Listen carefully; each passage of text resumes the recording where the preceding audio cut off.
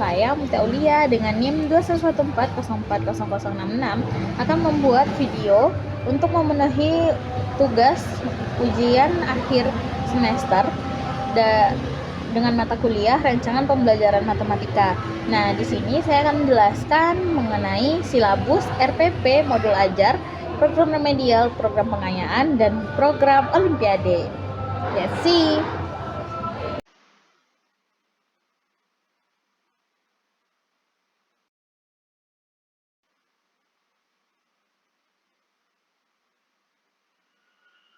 Baik, di sini saya akan menjelaskan mengenai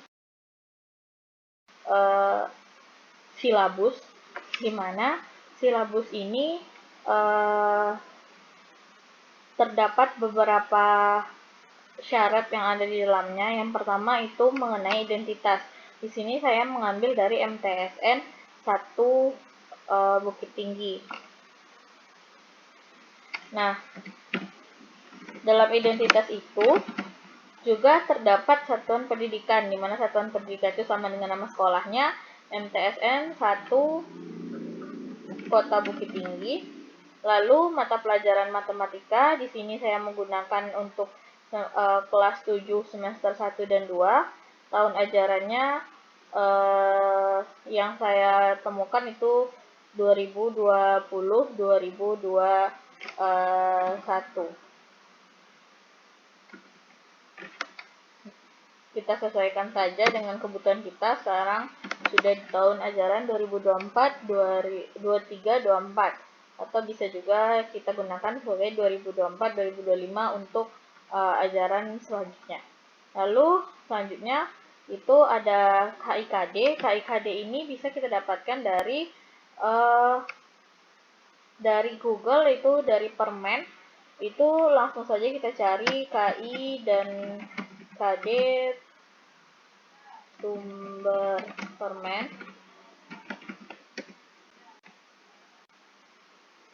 Nah, di sini sudah disediakan ya langsung KI dan KD yang kita butuhkan. Jadi untuk KI KD sendiri itu telah disediakan langsung oleh pemerintah, di mana kita menggunakan KI dan KD yang telah disusun oleh pemerintah. Lalu mungkin teman-teman juga akan bertanya, nah ini KIKD yang sudah ada, lalu KIKD inilah yang nantinya kita fungsikan ke dalam silabus ini. Nah, di sini ada KI 1, KI 2, KD 3, dan KD 4, di mana KI 1 itu menjelaskan mengenai menghargai dan menghayati ajaran agama. Jadi KI 1 itu mengenai ketuhanan, lalu KI 2 itu tentang sikap. Menghargai dan menghayati perilaku, disiplin, santun, percaya diri, dan peduli. Dan KI 4 itu memahami dan menerapkan faktual, konseptual, dan prosedural, dan ini dapat kita simpulkan bahwa ini pengetahuan, dan KI 4 itu mengenai keterampilan, menunjukkan keterampilan dan nalar. Lalu di sini ada KD tadi kita ambil dari Permen. Lalu juga ada materi pembelajaran. Nah, di sini dari KD-KD ini kita dapat menyimpulkan apa saja akan dipelajari. Nah, untuk pembeda dari masing-masing KI-KD itu dikembangkan ada namanya indikator. Nah, indikator itu dibuat sendiri oleh guru, seperti halnya menjelaskan bilangan bulat positif. Nah, di KD-nya itu hanya diketahui menjelaskan dan menentukan urutan pada bilangan bulat positif dan negatif, dan pecahan biasa, campuran, serta desimal. Nah, di sini kan tidak dijabarkan satu-satu, maka itulah fungsinya indikator tadi. Kita pisahkan dia menjadi menjelaskan dan menentukan urutan bilangan bulat positif, lalu bisa kita tambahkan di bawahnya menjelaskan bilangan bulat negatif. Dan juga kita bisa di sini saya membuat menentukan urutan pada bilangan bulat positif. Lalu juga ada menentukan urutan pada bilangan bulat negatif.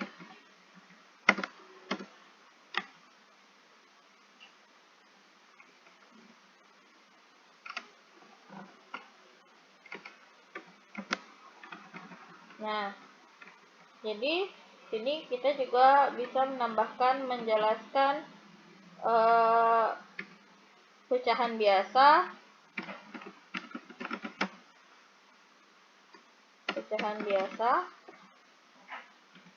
menjelaskan pecahan desimal, lalu juga menjelaskan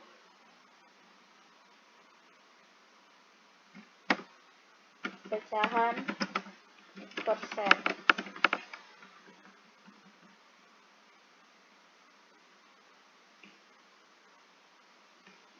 Nah, ini kita dapatkan menggunakan, kita kembangkan dari KIKD tadi. Jadi tergantung gurunya sejauh mana guru untuk membuat indikator dan ingin siswanya itu mendapatkan ilmu sebanyak apa. Nah, itu nanti dari gurunya yang mengembangkan.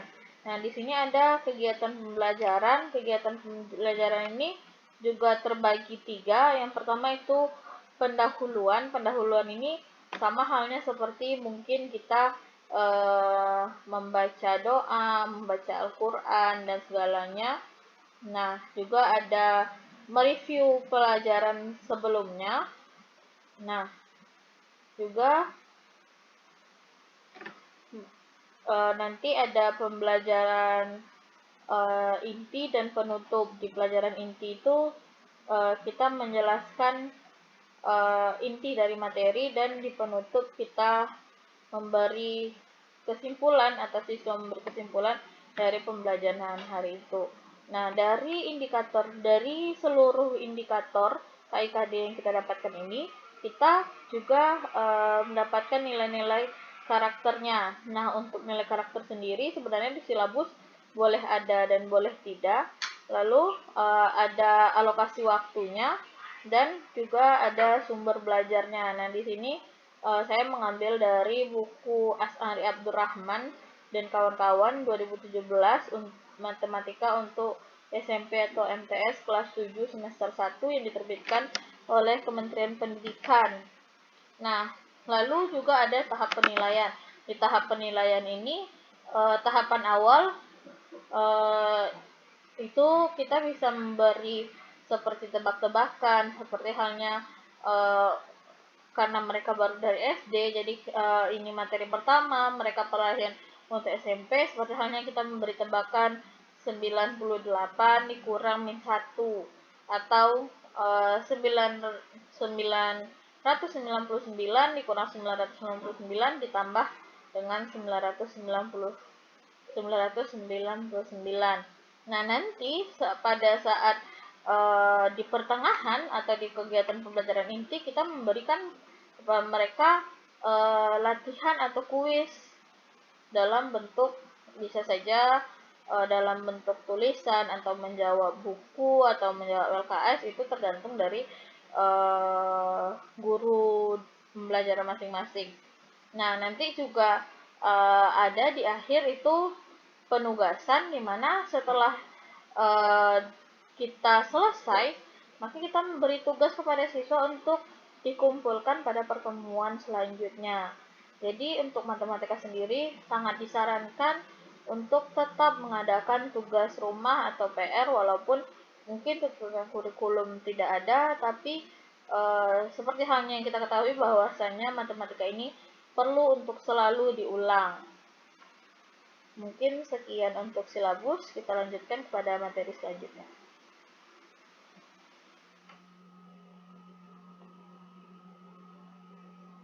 Baik, selanjutnya saya akan menjelaskan mengenai rencana pelaksanaan pembelajaran atau disebut juga dengan RPP.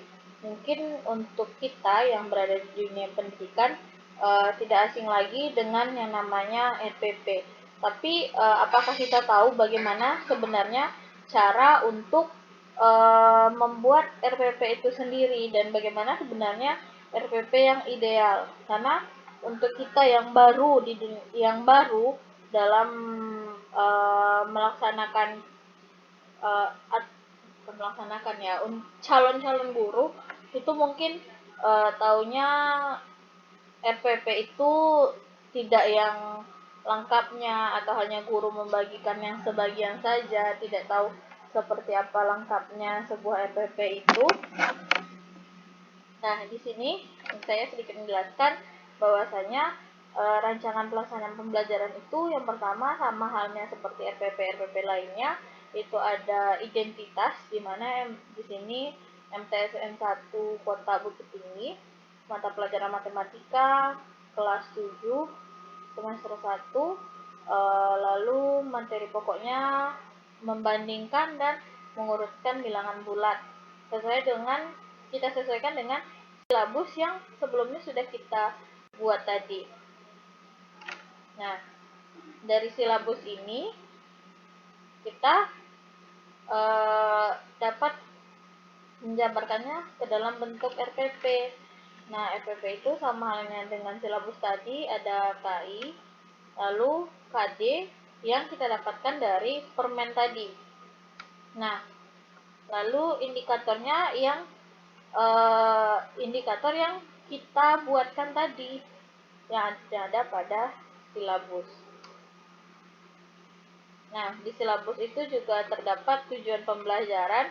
Nah, tujuan pembelajaran ini sebelum kita tadi membuat silabus, kita harus membuat dulu yang namanya analisis KIKD, di mana pada analisis KIKD itu sudah terdapat tujuan pembelajaran dan dari mana sumbernya, lalu materi pembelajarannya apa. Nah, ini yang ada hanya terdapat dalam silabus seperti ini. Fakta bilangan bulat itu bahwa min 2, min 1, 0, 1, dan 2. Untuk konsepnya bilangan bulat adalah bilangan yang terdiri dari bilangan positif, negatif, 0, dan bilangan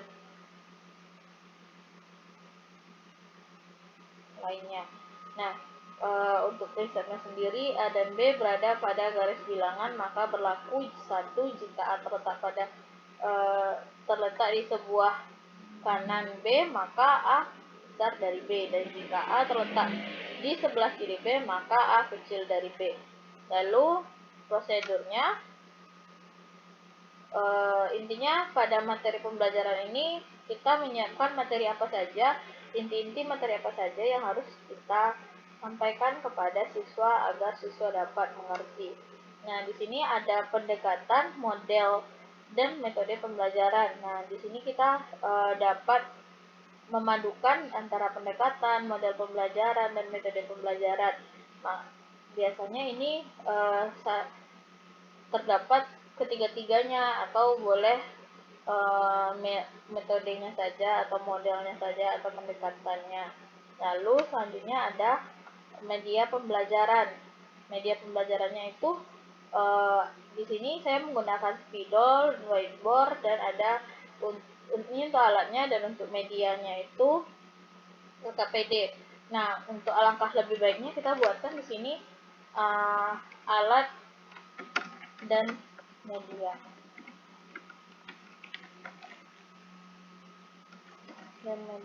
Nah, selanjutnya itu ada nah, tidak menutup kemungkinan di sini ada alatnya seperti halnya mungkin ada infocus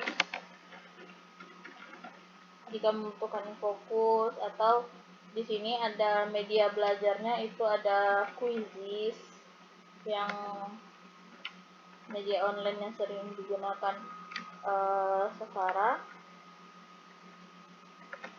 Lalu di sini kegiatan pembelajaran. Nah, ini yang tadi dikatakan di silabus, kegiatan pembelajaran itu bisa terbagi atas 3. Yang pertama itu ada pendahuluan, di mana pendahuluan itu di sini saya letakkan 10 menit. Tapi bisa jadi saja di pendahuluan ini kita letakkan 20 menit karena kita harus mereview pembelajaran sebelumnya. Nah, lalu memberikan motivasi kepada siswa, observasi, orientasi, dan lainnya. Lalu pemberian acuan terdapat pada pendahuluan juga. Nah, di sini pada bagian kegiatan inti saya menggunakan 95 menit. Di mana kegiatan inti ini ada pengamatan, bisa kita memberi motivasi untuk memperhatikan dan mengasah pola berpikir kritis pada siswa, lalu menanyakan atau memberi latihan tadi, mengumpulkan informasi, mengelola informasi yang kita dapat, mengkomunikasikan, dan yang terakhir itu penutup. Nah, di sini tadi juga di kegiatan inti ada latihan, maka di kegiatan akhir juga pelatihan, ada diberi latihan gitu. Nah, selanjutnya ada penilaian. Yang pertama, teknik penilaian kita tuh seperti apa, dan itu dijelaskan pada RPP. Di sini ada pertama teknik penilaian, sikap, penilaian pengetahuan dan keterampilan, lalu bentuk instrumen penilaian seperti apa, lalu ada instrumen penilaiannya terlampir. Nah, ini dia instrumen penilaian itu, kita menilai siswa itu kepribadian atau perilakunya seperti apa, sikapnya itu, spiritualnya seperti apa, sosialnya itu seperti apa, dan tindak lanjutnya seperti apa. Nah, selanjutnya itu ada remedial, di mana program remedial sendiri itu nanti juga akan saya bahas lebih rinci lagi. Jadi program remedial ini boleh ada dan boleh tidak pada penilaian, pada bagian penilaian. Jadi di sini tidak wajib dan boleh saja untuk dihapuskan. Nah, selanjutnya itu, langkah baiknya, karena ini merupakan lampiran, jangan kita satukan dengan RPP yang di atas. Jadi kita harus membuatnya pada halaman yang baru.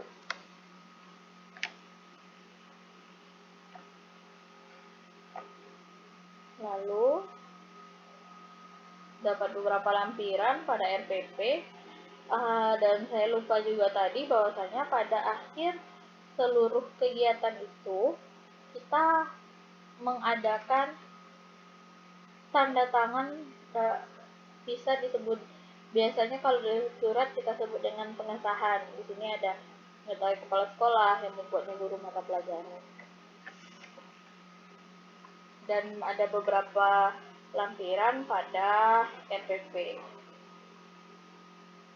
untuk aspek-aspek yang dinilai secara terlampir tadi. Dan pada RPP juga kita lampirkan itu soal yang kita berikan. Ini untuk soal latihan pada kegiatan tadi. Nah, di sini kita lampirkan juga kisi-kisinya seperti apa, soalnya apa. Kalau tadi kita menghapuskan di bagian remedialnya, maka untuk ini juga kita hapuskan bagian remedial dan pengayaannya.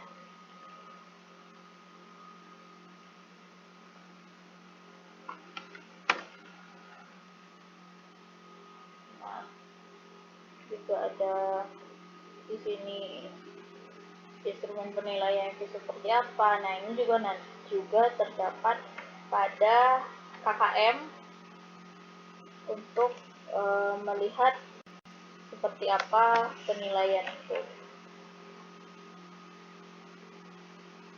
Ini nanti setelah mereka mengerjakan soal, maka kita mengamati proses belajar pada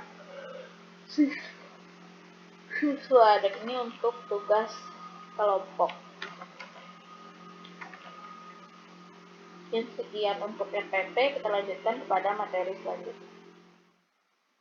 Baik, selanjutnya kita membahas mengenai modul ajar dari kurikulum Merdeka.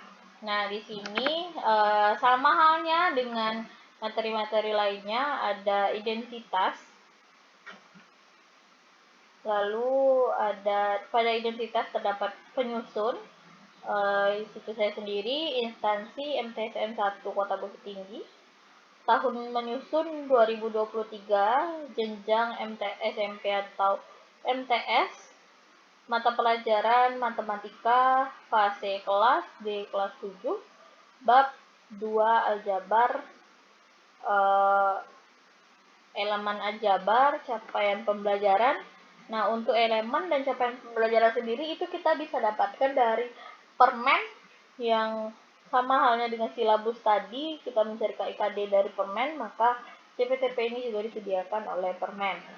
Nah, yang kita kembangkan itu adalah ATP-nya. Dan selanjutnya ada komponen awal, peserta mampu dalam adegan menyusun lidi menjadi persegi. Metode menghitung jumlah lidi dapat menyatakan dalam bentuk persamaan ideal dan dapat jelas. Profil pelajar Pancasila, mandiri, bernalar kritis, dan gotong royong. Selanjutnya sarananya ada buku siswa, laptop, LCD, proyektor, jaringan internet. Nah, di sini target peserta didik itu juga dibuatkan. Lalu ada model pembelajaran, ada komponen inti. Komponen inti itu terdiri dari tujuan kegiatan pembelajaran. Nah, inilah yang saya sebut dengan ATP tadi, alur tujuan pembelajaran.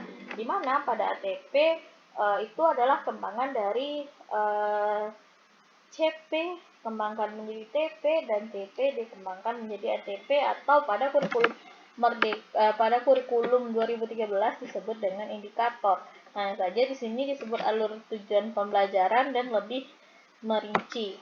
Yang selanjutnya adalah pemahaman bermakna.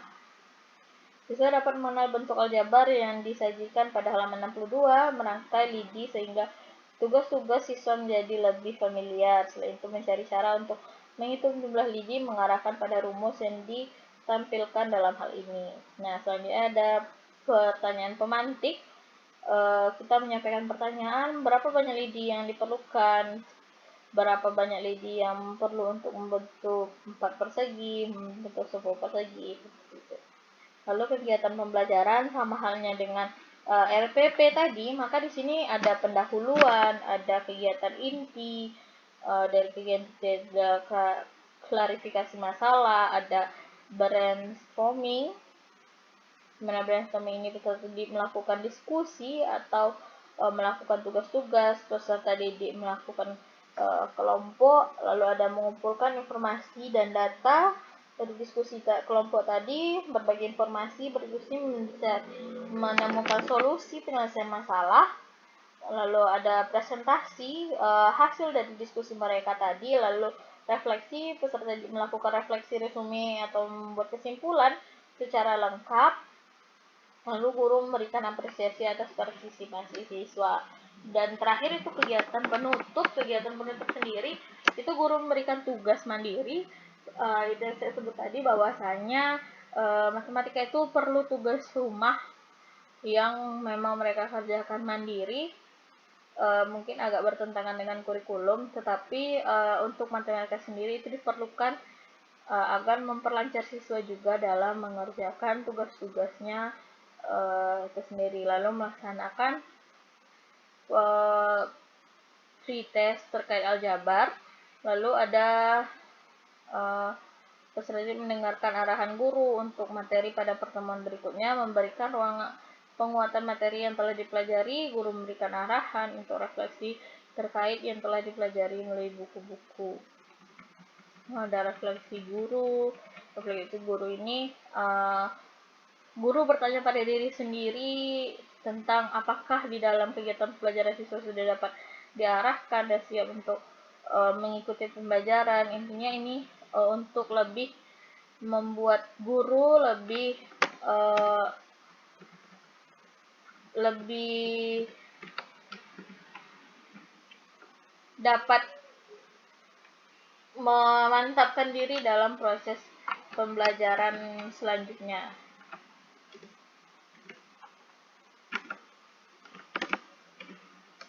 Nah, selanjutnya ada refleksi peserta didik.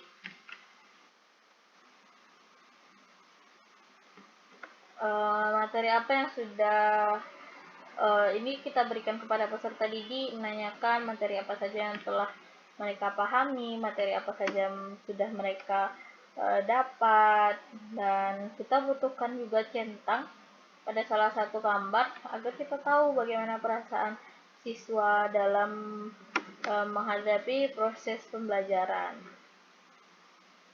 Lalu ada lembar asesmen penilaian seperti pada RPP tadi.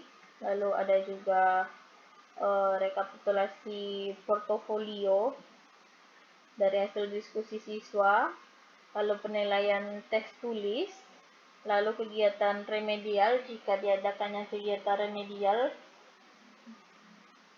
dan lembar kerja siswa. Kalau pada RPP itu ada bahan atau sumber, maka di sini ada bahan bacaan guru dan peserta didik. Intinya pada modul ajar lebih lengkap dan lebih mencakup seluruh kebutuhan dari guru dan peserta didik dan memudahkan dalam proses belajar mengajar. Mungkin sekian untuk modul ajar. Selanjutnya kita lanjutkan kepada materi berikutnya.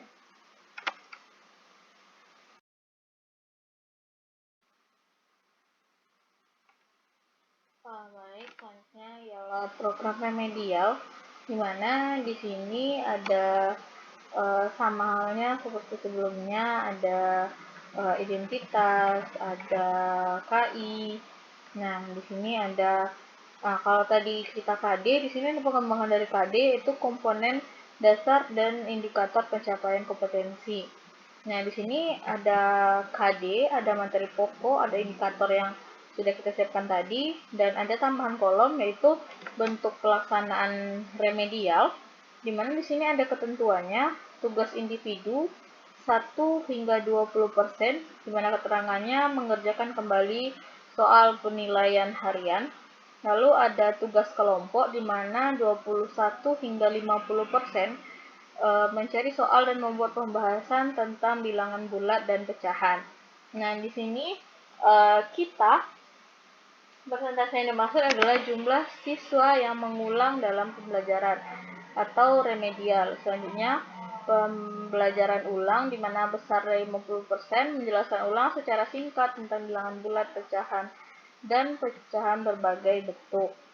Lalu di sini ada penilaiannya dalam bentuk soal penilaian harian.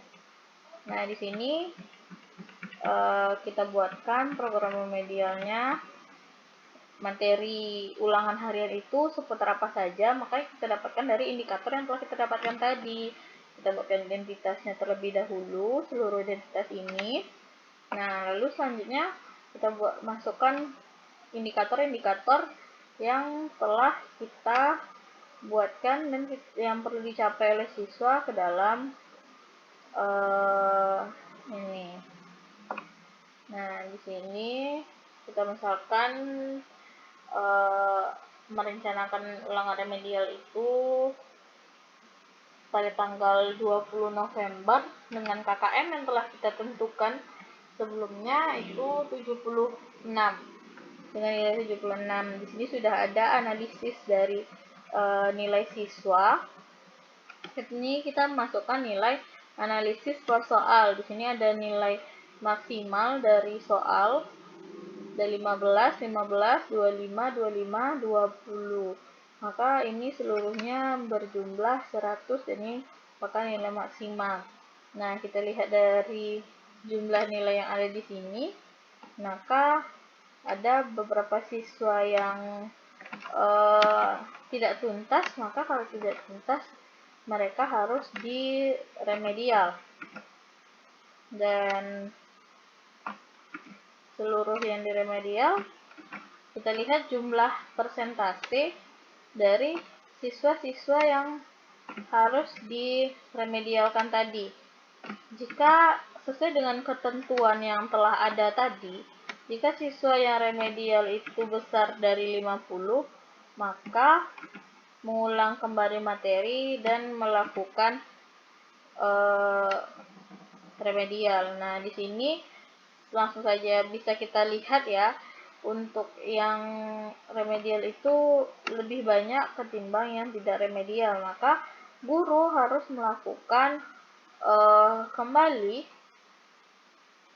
atau menjelaskan kembali dengan teknik yang berbeda agar siswa lebih dapat cepat menangkapnya. Di sini bentuk pelaksanaan, cara yang ditempuh, memberi bimbingan khusus dengan dengan perorangan bagi peserta didik yang belum mampu yang belum atau mengalami kesulitan dalam menguasai KD tertentu, memberikan tugas-tugas. Nah, KD tertentu saja yang dijelaskan kembali seperti tadi kan kita sudah membuatkan poin-poin nilainya. Jadi mana siswa yang dominan, di sana kita lebih memfokuskannya. Memberikan tugas-tugas atau perlakuan khusus yang sifatnya sederhana. Nah, selanjutnya memberi materi dan pelaksanaan program remedial. Dan pelaksanaannya seperti yang sudah dijelaskan sebelumnya tadi pada tabel, dan di sini kita memiliki kita lampirkan juga soal ulangan yang 5 soal tadi, lalu lampirkan juga kisi-kisi dari soal tertulis tes remedial. Selanjutnya itu pedoman penilaian kita pada soal remedial ini tadi. Lalu untuk mencari nilai itu adalah nilai skor yang diperoleh per nilai maksimal, karena di sini saya tidak menggunakan 100 pas 100 gitu. Jadi di sini nilai yang diperoleh per nilai maksimal dikali 100, maka itulah nanti nilai siswa yang akan kita masukkan ke dalam nilai remedial mereka. Berarti yang tadinya tidak tuntas, maka seharusnya tuntas setelah kita remedialkan tadi.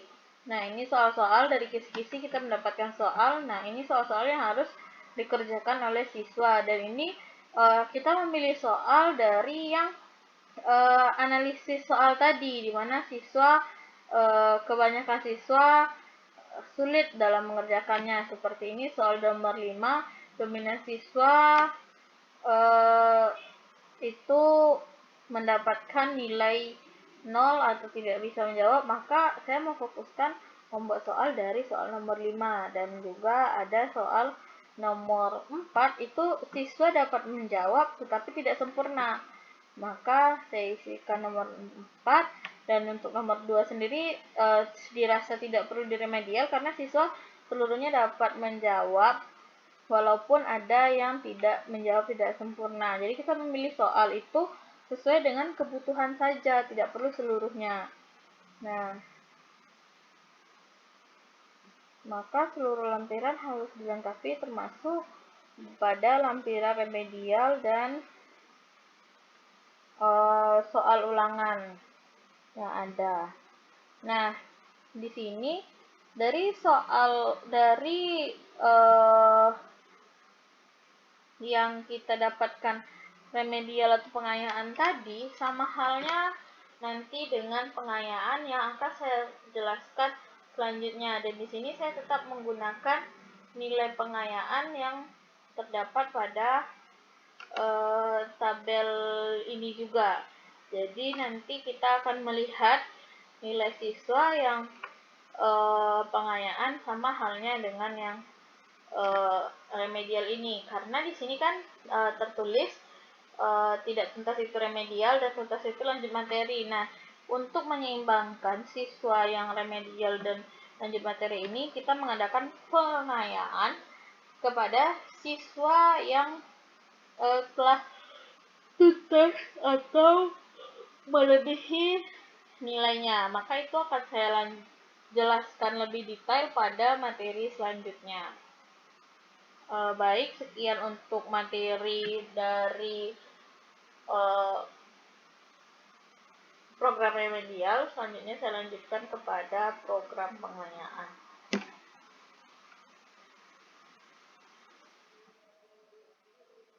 Baik, selanjutnya itu program pengayaan, di mana sama halnya dengan program remedial tadi, hanya saja di program pengayaan itu tetap ada indikator yang perlu dibahas, lalu juga ada identitas, dan juga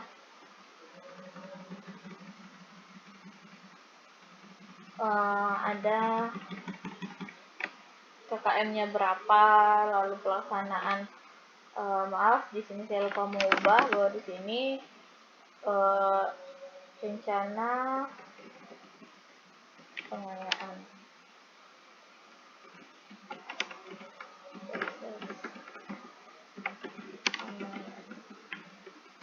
Nah, itu tanggalnya disamakan dengan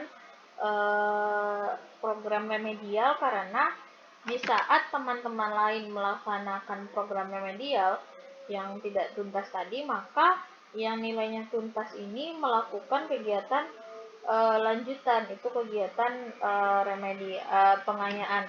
Seperti halnya di sini, yang tuntas itu bernama Azif, di mana Azif bisa dikatakan nilainya sempurna karena nilai maksimal dari soal 1 15, soal 2 15. Walaupun di soal 3 itu maksimalnya 25, tetapi di sini aja telah mendapatkan poin 15. Jadi ini merupakan nilai yang dianggap lebih dari yang dianggap telah tuntas gitu. Di sini juga 25 dan ada mendapatkan 15, dan pada poin kelima mendapatkan nilai sempurna atau 20 nilai maksimal. Nah, di sini mereka yang beberapa orang 1 2 3 4 5 6 7 8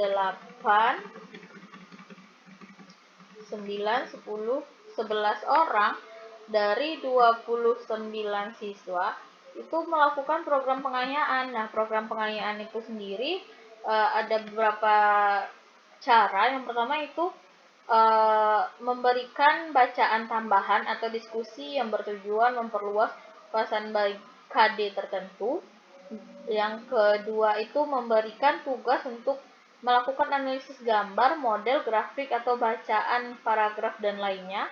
Selanjutnya memberikan soal-soal latihan tambahan yang bersifat pengayaan. Dan yang terakhir itu membantu guru membimbing teman-teman yang belum mencapai ketuntasan. Jadi mereka bisa membentuk kelompok dan diskusi. Nah, cara yang kedua itu materi dan waktu pelaksanaan program pengayaan. Nah, di sini tuh materinya tuh kembali lagi kita lihat dari KIKD yang diberikan tadi. Nah, lalu ada indikator yang dipelajari bisa berupa penguatan materi yang dipelajari maupun pengembangan materi. Tapi di sini tidak lagi dengan bimbingan guru, tapi bisa dengan diskusi dengan teman sebaya atau lainnya. Nah, selanjutnya atau membaca referensi dari pustaka. Lalu juga bisa lalu selanjutnya pelaksanaan program pengayaan, di mana setelah mengikuti kuis ulangan KD tertentu dan kesatuan KD tertentu, yang kedua pada saat pembelajaran di mana siswa yang lebih cepat tuntas dibandingkan dengan teman lainnya, maka dilayani dengan program pengayaan. Nah, ini tadilah yang bisa dalam bentuk soal. Nah, tetap kita lampirkan soal hariannya, lalu lampirkan isi pengayaannya jika kita membentuk mereka untuk mengerjakan tugas. Nah, di sini saya lebih menyarankan kita menggunakan, jikalau memang teman-temannya banyak yang mengulang, nah maka di sini saya lebih menyarankan itu memberi bacaan tambahan, lalu memberi tugas dan memberikan soal latihan. Nah, ketiga-tiganya dikerjakan, karena jikalau hanya memberi bacaan saja bisa jadi mereka tidak fokus. Lalu memberikan tugas saja juga mereka untuk menganalisis gambar, model dan grafik itu juga terkadang banyak mereka yang bercanda atau bermain. Nah, selanjutnya memberi latihan soal. Nah, di sini mereka merasa tertantang, jadi pertama itu kita berikan dulu mereka sumber bacaannya, lalu kita suruh mereka untuk menganalisisnya, dan yang terakhir kita beri mereka latihan. Karena karena siswa ini lebih dari 50%, maka harus mendapatkan perhatian khusus, di mana siswa itu harus kita berikan seperti pembelajaran ulang, jadi itu akan memakan waktu yang lama, maka kita juga akan memberikan waktu yang lama juga dalam pengayaan pada peserta didik. Jadi di sini saya lebih memilih untuk melakukannya. Nah, untuk mencari nilai sama halnya, yaitu skor yang diperoleh per skor maksimal dikali dengan 100. Maka inilah nanti nilai pengayaan dari siswa tersebut. Lalu nanti akan ada pertanyaan, lalu pasti saja nilai yang tidak remedial akan lebih tinggi, tentu saja, tapi kembali lagi yang remedial kan untuk mengembalikan nilainya, maka tidak akan ada nilai yang lebih tinggi tapi tidak ada nilai yang sangat rendah atau tidak memuaskan tentunya dengan program pengayaan dan remedial ini. Dan ini dari program pengayaan ini dengan nilainya yang lebih tinggi ketimbang teman-teman lain, maka juga membuat semangat para peserta didik untuk mendapatkan nilai yang sempurna agar masuk ke dalam kategori pengayaan dan dapat nilai yang lebih baik daripada sebelumnya. Nah, sekian untuk program pengayaan. Mari kita lanjutkan dengan materi yang lain. Baik, selanjutnya saya akan menjelaskan mengenai program remedial. Program remedial ini jauh berbeda dengan materi-materi sebelumnya, karena di sini kita tidak menggunakan KI, KD ataupun pada kurikulum Merdeka itu ada CPTP, ATP ataupun modul ajar. Di sini kita menggunakan bagian tersendiri, yaitu program Olimpiade. Di sini biasanya pelaksanaan dari program Olimpiade itu sendiri di luar dari jam kegiatan, di luar jam pembelajaran. Nah, di sini diadakan ada identitas seperti kegiatan-kegiatan lain, seperti dokumen lainnya. Lalu waktu pelaksanaan ini di luar hari sekolah, yaitu Sabtu 14.00 hingga 15.30 untuk kelas 7, dan sebenarnya bisa saja untuk kelas 7 atau kelas 8, karena pada program remedial pada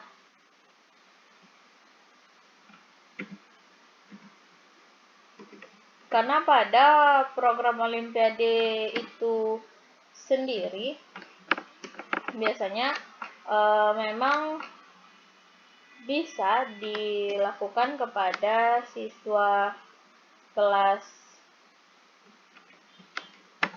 8 atau kelas ataupun kelas 7. Kenapa kelas 9 tidak dapat dilakukan? Karena untuk kelas 9 sendiri itu mereka akan difokuskan kepada ujian nasional atau ujian sekolah masing-masing atau pada kurikulum Merdeka yang disebut dengan asesmen. Nah, di sini untuk kolomnya sendiri ada materi pokok. ada materi pokok, indikator, contoh, kunci jawaban, waktu, dan metode, serta sumber bimbingan. Nah, pada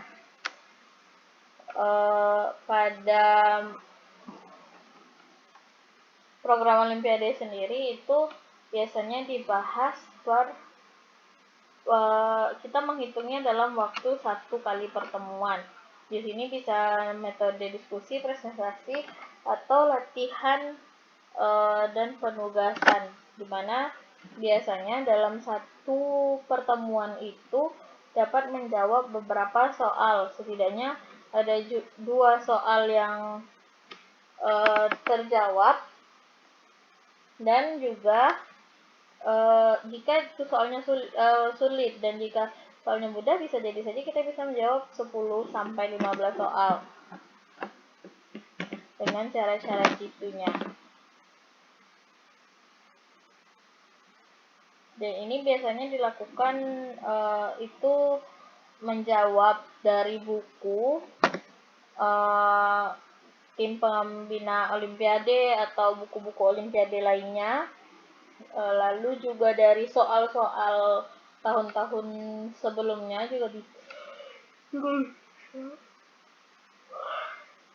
Nah, di sini tuh indikatornya hampir sama dengan indikator yang ada pada KIKD, hanya saja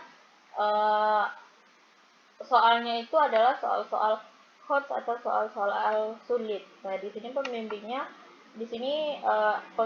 1 dalam 1 pertemuan, tapi tidak menutup kemungkinan dalam 1 pertemuan itu ada 2 pembimbing. Dan di sini ada beberapa dari materi, yaitu ada bilangan, ada bagian bersisa, ada fungsi aljabar, ada pola barisan, ada kuadrat, lalu ada geometri dan pengukuran sudut, lalu ada statistik dan peluang, juga ada peluang kejadian, aturan pecahan, yang terakhir. Nah, di sini dan mungkin yang saya terlupa juga menjelaskan, sebaiknya seluruh dokumen yang ada tabelnya seperti ini kita melakukan yang namanya repeat header atau pengulangan kop dari tabel-tabel ini seperti ini. Karena jika tidak kita ulangi, maka akan terlihat kosong, misalkan ini. Maka di sininya kurang cantik gitu ya. Jadi di sini kita memilih itu ada repeat header, maka secara otomatis dia akan langsung berada di bagian bawah. Nah, itu untuk di sini saya menggunakan Windows 2010. Dan itu langsung ada pilihannya, dan dari sumber yang saya lihat juga ada itu menggunakan klik kiri, tapi alhamdulillah di laptop saya sudah mudah, jadi sudah bisa langsung copy paste dengan yang di bawahnya.